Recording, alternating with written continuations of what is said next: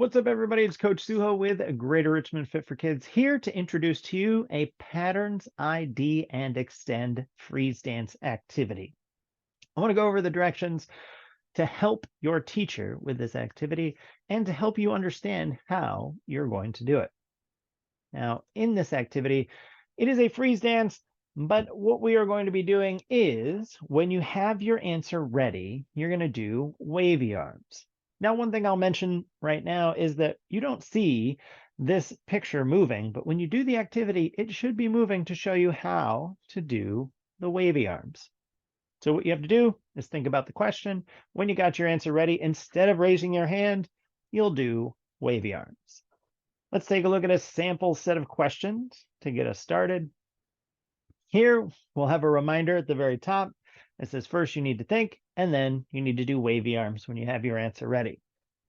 Underneath that, you have the question. It says, what type of pattern is this? When you know what type of pattern, you're doing your wavy arms. When we're talking types of patterns, we're talking repeating patterns, growing patterns. You might even find a pattern that's shrinking. Once the teacher has called on somebody to answer and they have answered correctly, then they will click to move on to the next slide. And the next slide, we ask what comes next. So you have to try to figure out what is the next, I guess, fruit or vegetable that shows up in this pattern. Once you've decided, again, you do your wavy arms. The teacher can call on somebody or maybe even a group of people to answer the question.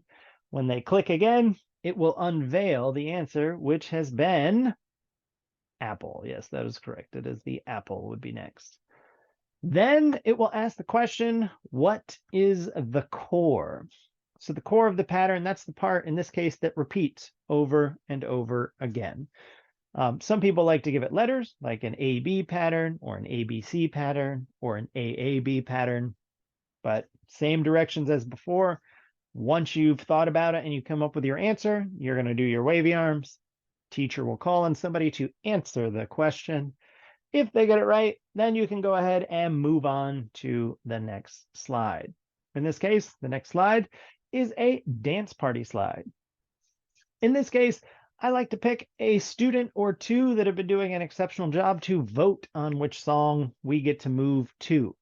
If they want song 1, they will hold up 1 finger. If they want song 2, they will hold up 2 fingers. Once we count up all the votes and decide which one's the winner, the teacher will click on the song. The music will start playing. Once the music starts playing, you have a couple of choices. Both of them involve you moving. So make sure that you are behind your seat or in your own space, and make sure you stay on your feet while you're moving. Over here to the side is a movement you can do if you don't feel like dancing. In this case, it's heel raises. Now, again, when you're doing the activity, you'll actually see that moving, so it can remind you of how to do it correctly. If you feel like dancing, then of course, dancing is also an option. Once the music stops, you will stop your movement, and the teacher will move on to the next slide. After you've gone through all the problems, you'll get to one of these slides, which is our cool down slide. During our cool down slide, it gives you a chance to relax. In this case, you can do a mummy or you can do a pretzel. The important thing here, as always, is breathing in nice and slow.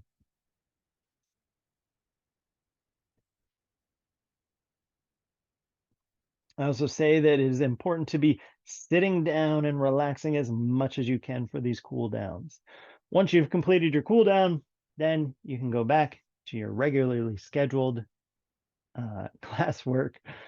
I'm glad that you stopped in to see how to do this activity. Let me know how it goes. And as always, hope to see you in the next one.